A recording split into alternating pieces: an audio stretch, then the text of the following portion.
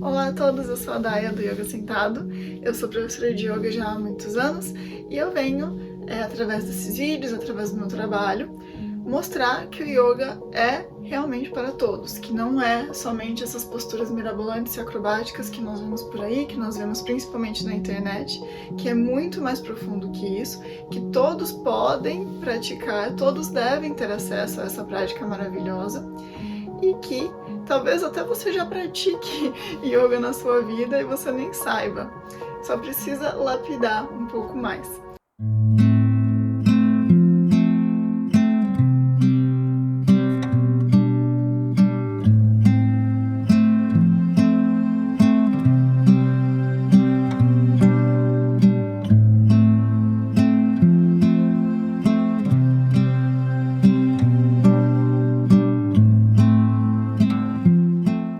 Eu comecei a falar um pouco no vídeo anterior sobre um pouco da filosofia do yoga, sobre os yamas e niyamas, que são os preceitos éticos, morais, que nós vemos numa prática de yoga, que é uma parte fundamental de uma vida de yoga. Então, para entender um pouco mais sobre esses conceitos éticos, sobre o que significa isso, de onde que vem, eu recomendo que volte no vídeo anterior, veja, tá tudo mais explicado em mais detalhes lá. E eu estou falando de uma maneira mais breve sobre esse assunto aqui, mas para tentar trazer essa consciência de que o yoga tem uma aplicação incrível, não só na parte física do corpo, mas também na mental, na nossa parte emocional e na forma como nós nos relacionamos com os outros. E para isso você não precisa se contorcer, não precisa fazer... não precisa se tornar um pretzel, né? Não precisa fazer nada mirabolante com o corpo. É um trabalho muito mais profundo de autoanálise, de autocompreensão e que é construído ao longo do tempo e que a prática física fornece esse suporte para uma vida com muito mais profundidade, muito mais satisfação e mais propósito.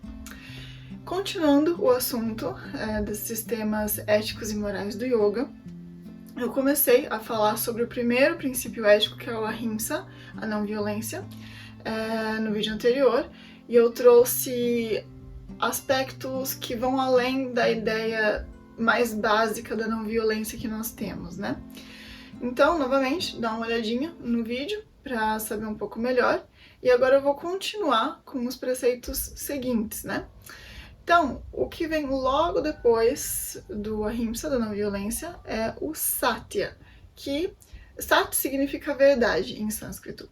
Satya tem vários significados, mas nós podemos traduzir como honestidade, como verdade, autenticidade, né? E eu gosto muito desse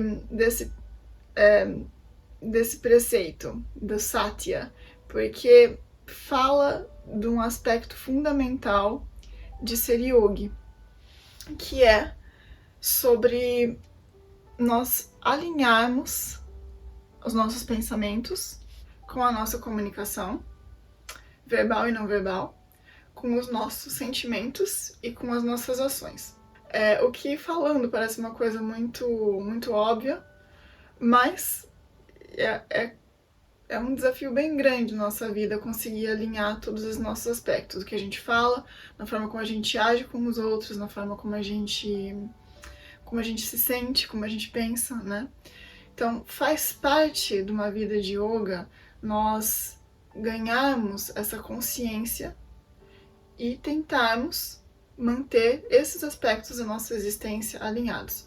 O que eu falo está alinhado com aquilo que eu sinto de verdade? Né? É sempre bom nos perguntarmos.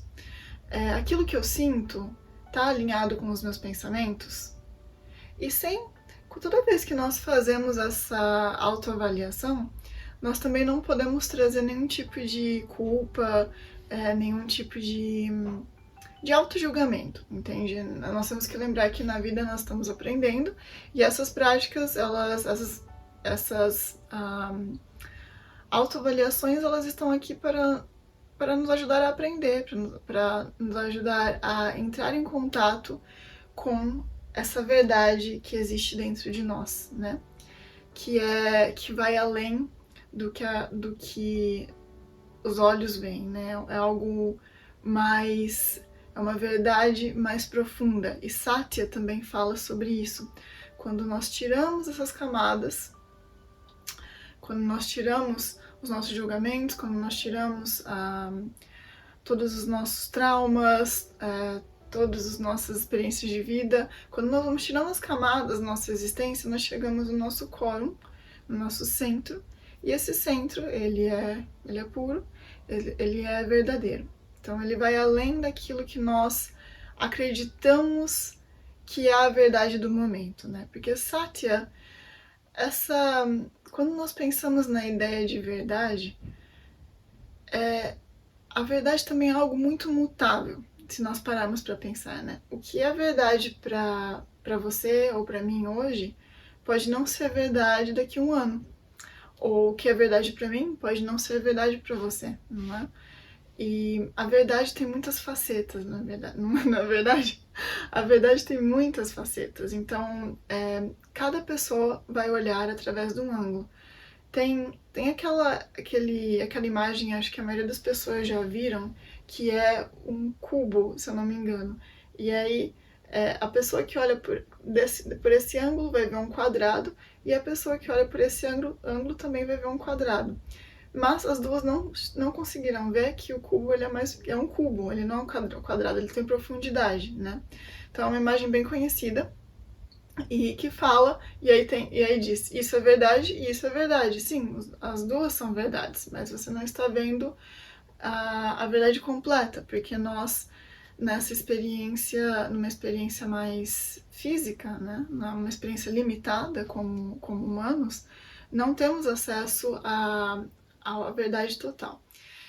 E a prática do yoga, uma vida de yoga, cultivar esses ensinamentos, praticá-los na nossa vida, nos ajuda a internalizar realmente essa ideia de múltiplas verdades. E quando nós estamos interagindo com os outros em momentos de conflito, em momentos que são um pouco mais difíceis, nós conseguimos ter esse conhecimento conosco de que a verdade tem muitas facetas e que nós não devemos nos apegar àquilo que a nossa mente diz ou que os nossos sentimentos dizem naquele momento, porque pode ser que ela mudará daqui a alguns dias, daqui a alguns anos, né?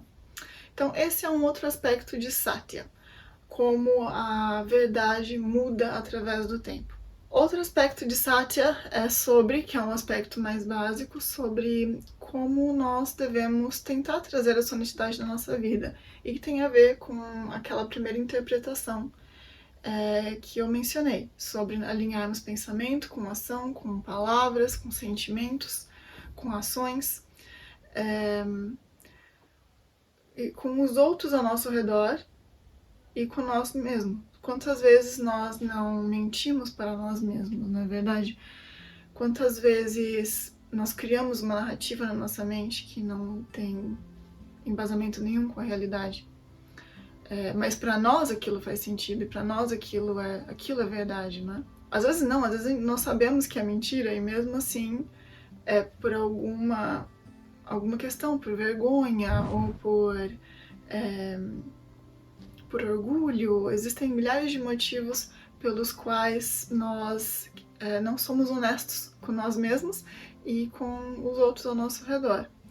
Então Satya, acima de tudo, pede coragem, né? Coragem para nós sermos honestos com nós mesmos e com todos ao nosso redor. E esse é um trabalho diário. É normal, eu sempre gosto de dizer para os meus alunos e me lembrar também na minha vida que é normal que nós cometemos erros ao longo da vida, né? Errar faz parte do jogo, faz parte da brincadeira. E é importante que a gente não leve tudo tão a sério, não é mesmo? Lembrar que estamos passando por um aprendizado e que nós vivemos num mundo de polaridades. Então, é importante sentir o ódio para poder sentir o amor, não é? É importante sentir tristeza para poder sentir alegria. Então tudo faz parte da nossa experiência como seres humanos. Então a tristeza não é pior do que a alegria. São só aspectos em opostos diferentes. São a mesma coisa em opostos diferentes. E um não existe sem o outro. Então, quando nós vivemos nesse mundo de polaridades, é normal que nós oscilemos entre os dois lados. Mas é muito importante por nosso mundo, por a nossa realidade ter essa tendência a nos trazer de um lado para o outro, nessa oscilação entre os opostos, é importante, imprescindível, eu diria, que nós tenhamos práticas que nos ajudem a voltar para o centro. Então, ao longo da vida toda, nós vamos oscilar. Nós vamos de um lado para o outro, de um lado para o outro, mas é a nossa prática que vai nos trazer de volta ao centro. E quanto melhor a prática, eu não gosto de dizer melhor, mas quanto mais consistente a prática e quanto mais dedicação a essa prática, mais rápido e mais fácil se torna voltar ao centro. E o yoga é exatamente isso. O yoga nos dá, é uma forma de nós termos acesso a ferramentas que nos ajudam a retornar ao centro. E isso é um direito de todo ser humano, independente do quão flexível, independente da sua idade, independente do seu gênero. Mas voltando a Satya, então, é importante nós sabermos que essa oscilação vai acontecer, né? Então é normal que existam momentos em que nós não sejamos completamente honestos, em diferentes contextos. Mas quando nós notamos isso, a nossa prática, a nossa constância numa prática de yoga nos ajuda a encontrar essa coragem para trazer a honestidade e implementar o Satya nas nossas vidas. E é sempre importante, então, nós criarmos esse questionamento de o que eu estou pensando está alinhado na forma como eu estou agindo? As minhas palavras estão alinhadas naquilo que eu acredito, nas minhas crenças, na forma como eu acredito que as pessoas devem ser tratadas, na forma como eu gostaria de ser tratado, não é? E Satya também está muito relacionado com o conceito anterior de ahimsa. Satya vem com ahimsa. Ahimsa, não violência. Então não é porque nós temos que ser honestos e verdadeiros que temos que trazer aquilo que nós chamamos de sincericídio, né? De vir para alguém e falar tudo aquilo que a gente pensa, sem qualquer tipo de filtro, e sem se preocupar como aquela verdade vai ser recebida pela outra pessoa. Satya não é isso, isso seria uma distorção. A ideia é que, ao comunicarmos, nós também iremos trazer essa gentileza, essa bondade na forma de tratar os outros, que é a ahimsa, que é a não violência. Então esse é o Satya, honestidade, verdade, autenticidade. Reflita um pouco sobre isso, como que você aplica o Satya na sua vida. O Satya, na verdade, é algo que todos esses aspectos que eu vou mencionar, como a não violência, o Satya e todos os que virão a seguir, são aspectos do nosso dia a dia. Nós encontramos essas questões na nossa vida. Então, quando nós estudamos esses pontos, torna mais fácil trazer certas reflexões. E aí torna-se mais fácil também nós nos conhecermos melhor a partir dessas reflexões, né? Então, pausa um pouquinho, pensa como que o Satya, essa questão da honestidade, o quão honesto você é consigo mesmo, se existe algo hoje em dia em que você não está sendo completamente honesto consigo mesmo ou com os outros, e como que é esse seu equilíbrio do pensamento, das emoções, das ações e da comunicação. Está tudo alinhado? O que não está alinhado? O que você gostaria de melhorar, de aprimorar? E, novamente, sem julgamento, sem se colocar para baixo, só avaliando, né? É só um exercício. E então, faça esse exercício e nós vamos passar para o próximo o próximo conceito da lista. Depois de Satya, nós encontramos o Asteya, que é não roubar. Não roubar é muito interessante, porque parece muito óbvio, né? Quando nós escutamos não roubar, claro, a gente sabe que roubar é ruim, que nós não devemos roubar, isso todo mundo sabe, né? Contra a lei, não, isso não é algo completamente fora do que a gente acredita, né? Mas vamos tentar ir um pouco além dessa ideia do não roubar. Então, não roubar não fala só sobre itens materiais. Fala também, mas não só. Não roubar pode ser relacionado também a ideias, por exemplo, ser relacionado a falas, né, pensamentos, conceitos. Mas não roubar também se aplica a si mesmo. Então, nós estamos praticando o Asteya, cultivando o Asteya, quando nós não estamos roubando o momento presente de nós mesmos. Esse também é um tipo de roubo, não é mesmo? Quando nós estamos muito preocupados, muito ansiosos, nós estamos tirando a oportunidade de vivenciar a nossa vida como ela é agora, de nós mesmos. Quando nós não respiramos profundamente, nós estamos roubando a nossa vitalidade.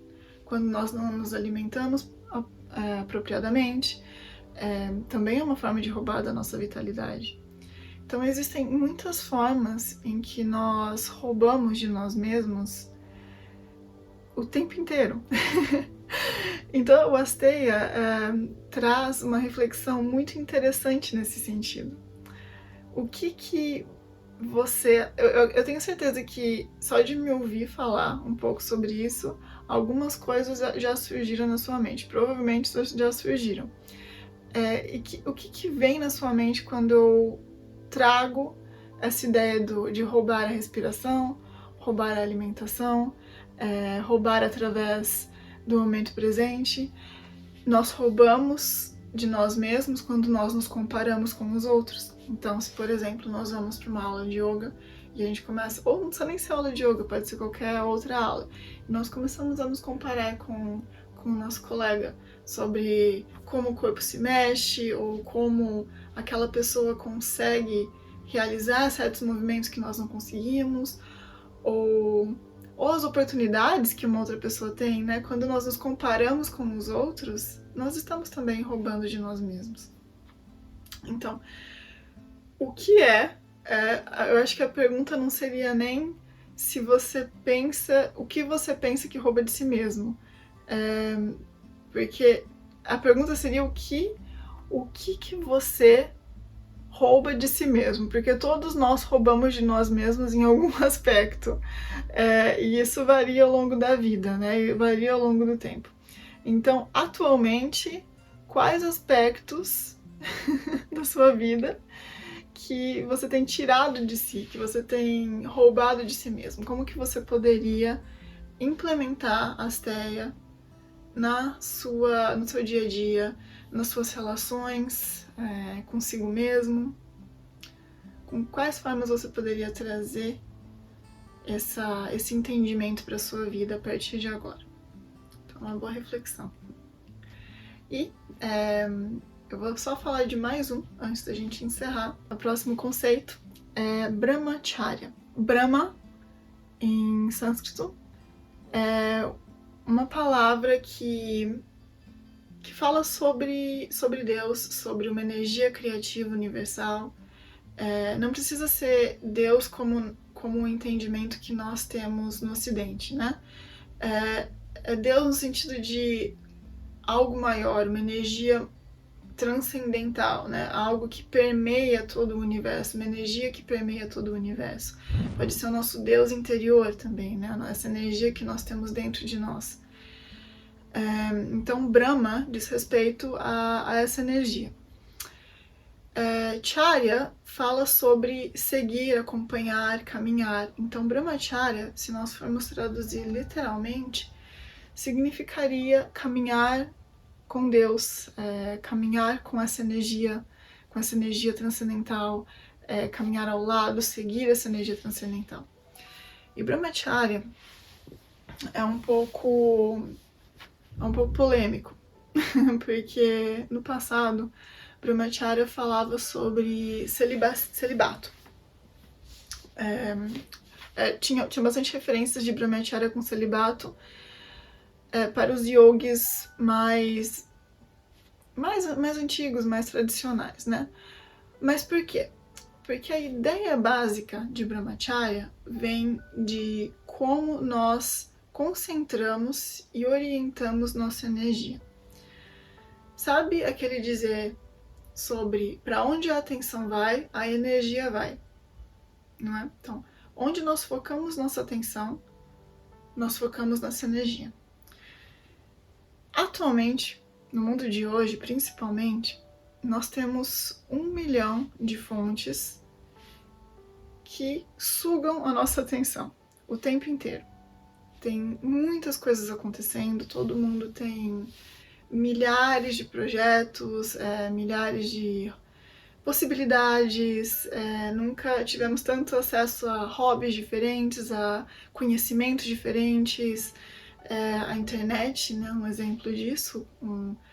Entrando no YouTube, nós temos acesso a uma livraria de conhecimento que nós nunca tivemos antes, o Google, por exemplo. Então, o acesso à informação está muito fácil, né, hoje em dia.